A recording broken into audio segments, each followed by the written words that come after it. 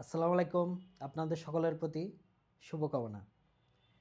মামলা কি আগামী যুগে শুধু মানুষের সাথে মানুষেরই হবে, নাকি যুগ বদলাবে? সামনের ভবিষ্যৎ দিনে আমরা খুব দেখতে পাচ্ছি বা খুব স্পষ্ট লক্ষ্য করলে দেখা যায় যে মামলা শুধুমাত্র মানুষের সাথে মানুষের হবে না, বরং বরং মামলাটা হবে মানুষের সাথে মানুষের সাথে কোনো ইঞ্জিন অথবা মানুষের সাথে কোনো ডেভেলপার।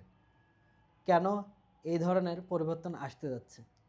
আপনারা যদি এআইকে লক্ষ্য করেন, এআই বা আর্টিফিশিয়াল ইন্টেলিজেন্স এটাকে ট্রেন করানো হয় বা ট্রেনিং দিয়ে সব কিছু শেখানো হয়।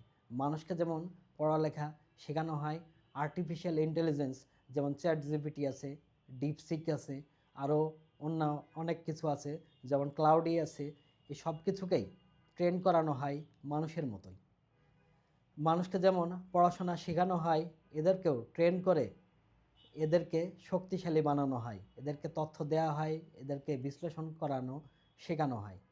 সুতরাং এই আর্টিফিশিয়াল ইন্টেলিজেন্সগুলা যদি কোনো ভুল তথ্য দেয় এবং সেই ভুল তথ্যের ফলে ওই মানুষ চরমভাবে ক্ষতিগ্রস্ত হয়, তাহলে ওই মানুষের কোথায় যাওয়ার আছে?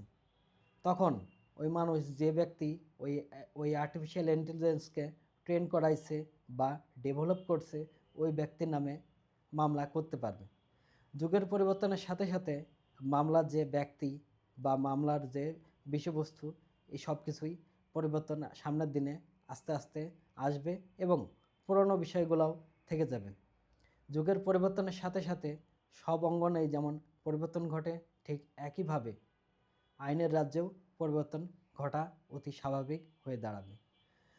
আমার ভিডিও কোন কোন বিষয়গুলা আপনার ভালো লাগে সেগুলো জানাবেন, এবং আমার সাথে নতুন কোন বিষয়ে আপনি শুনতে চান বা আমার ভিডিও দেখতে চান সে বিষয়ে অবশ্যই কমেন্ট করে জানাবেন। ধন্যবাদ সবাইকে।